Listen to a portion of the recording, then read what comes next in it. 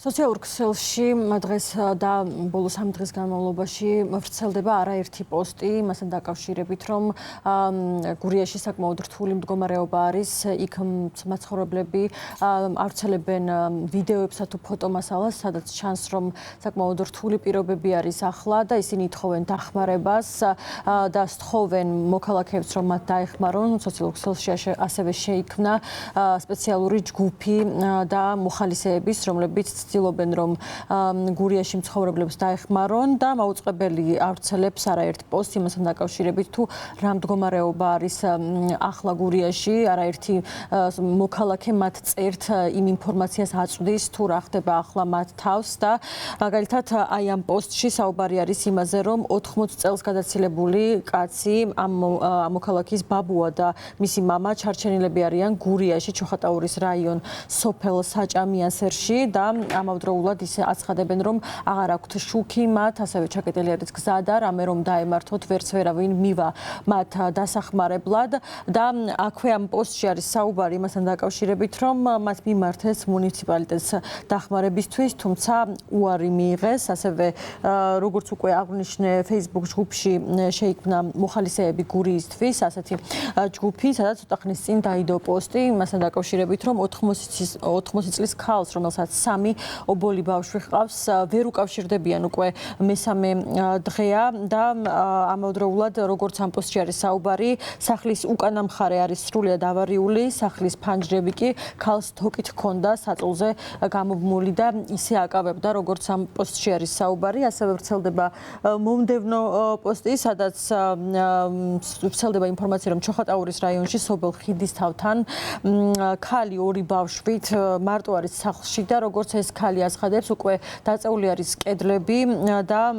ამავდროულად ითხოვს ის დახმარებას, რადგან მასთან სახლში არც გაზია, არც დენი და ტელეფონებიც მალე გაეთიშება, დახმარების თხოვნაც რომ მოუნდეთ, უკვე ვეღარ შეძლებენ ამას. ასევე შეიქმნა რუკა, რომელიც ასევე სოციალურ ქსელში გავრცელდა, სადაც არის ის სოფლები დატანილი, რომლებსაც ახლა დახმარება სჭირდებათ და ეს ინფორმაცია არის განახლებადი. ამ დროისთვის 37 სოფელი არის ამ რუკაზე დატანილი, თუმცა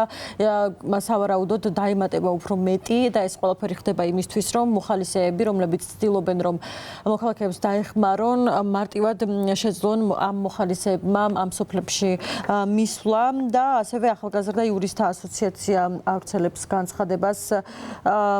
შექმნილ ვითარებასთან დაკავშირებით და ამ განცხადებაში საუბარი არის იმაზე, რომ გურიასა და აჭარაში მიმდინარე მოვლენები ცხადყოფს, რომ ქართული ოცნება კვლავ ვერ ან არასრულებს სახელმწიფოს პოზიტიურ ვალდებულებას დაიცვას მოქალაქეების ჯანმრთელობა, სიცოცხლე და უსაფრთხოება. ასევე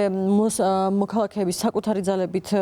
ცდილობენ, რომ დიდთოვლობას გაუმკლავდნენ და ადგილობრივი მუნიციპალიტეტის ძალისხმევა და გატარებული ღონისძიებები სტიქიის მასშტაბების გათვალისწინებით არ არის ეფექტიანი, როგორც ახალგაზრდა იურისტთა ასოციაცია იუწყება. განცხადებაში ასევე საუბარი არის იმასთან დაკავშირებითაც, რომ მიუხედავად ეროვნული კანონის და საერთაშორისო სამართლებრივი ვალდებულებებისა, სახელმწიფო წლებია ვერ უზრუნველყოფს სტიქიური უბედურებების ადეკვატურ პრევენციას და ადმინისტრირებას, რის შედეგადაც ადამიანებს ტოვებს დაუცველს ისეთი საფრთხეების მიმართ, რომელთა თავიდან აცილება და ეფექტიანი რეაგირება სახელმწიფოს მოვალეობაა, წერია ახალგაზრდა იურისტთა ასოციაციის განცხადებაში. საქართველოს მეხუთე პრეზიდენტი სალომე ზურაბიშვილი ავრცელებს პოსტს საკუთარ Facebook გვერდზე და ის წერს, რომ ქვეყანას პატრონი არ ყავს, საქართველოს სახელმწიფო არ გააჩნია. ყველა საშუალებები, რაც გააჩნია სახელმწიფოს, გადართულია რეპრესიაზე და მოქალაქეები კი რჩებიანი სიფრთხილის ანაბარად, რომლისკენ გვიწოდებს 112-ის გზავნილი.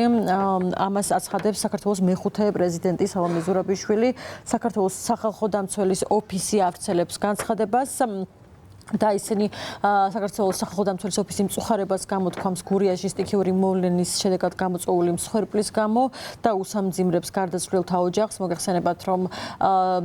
სტიქიის შედეგად, როგორც სოციალურ ქსელში ვრცელდება ინფორმაცია, 3 ადამიანი არის დაღუპული ამ დროისთვის ჩვენთვის არსებული ინფორმაციით და სახალხო დამცველი ხაზს უსვამს ამ განცხადებაში იმას, რომ როგორც ცენტრალური, ასევე ადგილობრივი ხელისუფლება კანონმდებლობიდან გამომდინარე ერთობლივი ძალისხმევით და სათანადო რესურსებით რესურსების გამოყენებით უნდა ატარებდეს შესაბამის კომპლექსურ ღონისძიებებს, მათ შორის ბუნებრივი ფაქტორით გამოწვეული საგანგებო სიტუაციების დროს ადამიანის სიცოცხლის, ჯანმრთელობის, გარემოს და ქონების დაცვის მიზნით და ასევე დღეს საქართველოს მთავრობის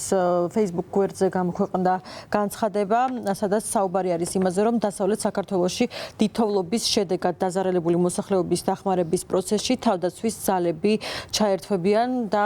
როგორც ამ პოსტში არის საუბარი, ეს გადაწყვეტილება ირაკლი კობახიძემ მიიღო და ასევე საგანგებო სიტუაციების მართვის სამსახური ავრცელებს განცხადებას და აქ საუბარი არის იმაზე, რომ ყველა შესაბამისი დანაყოფი დასავლეთ საქართველოში დიდთოვლობასთან დაკავშირებით უკვე მესამე დღეა საგანგებო რეჟიმში მუშაობს და სამაშველო სამუშაოებში საგანგებო სიტუაციების მართვის სამსახურის 600-მდე მეხანძრე მაშველი და ათეულობით სპეციალური ტექნიკაა ჩართული, მათ შორის არიან თოვლის ბურანებიც.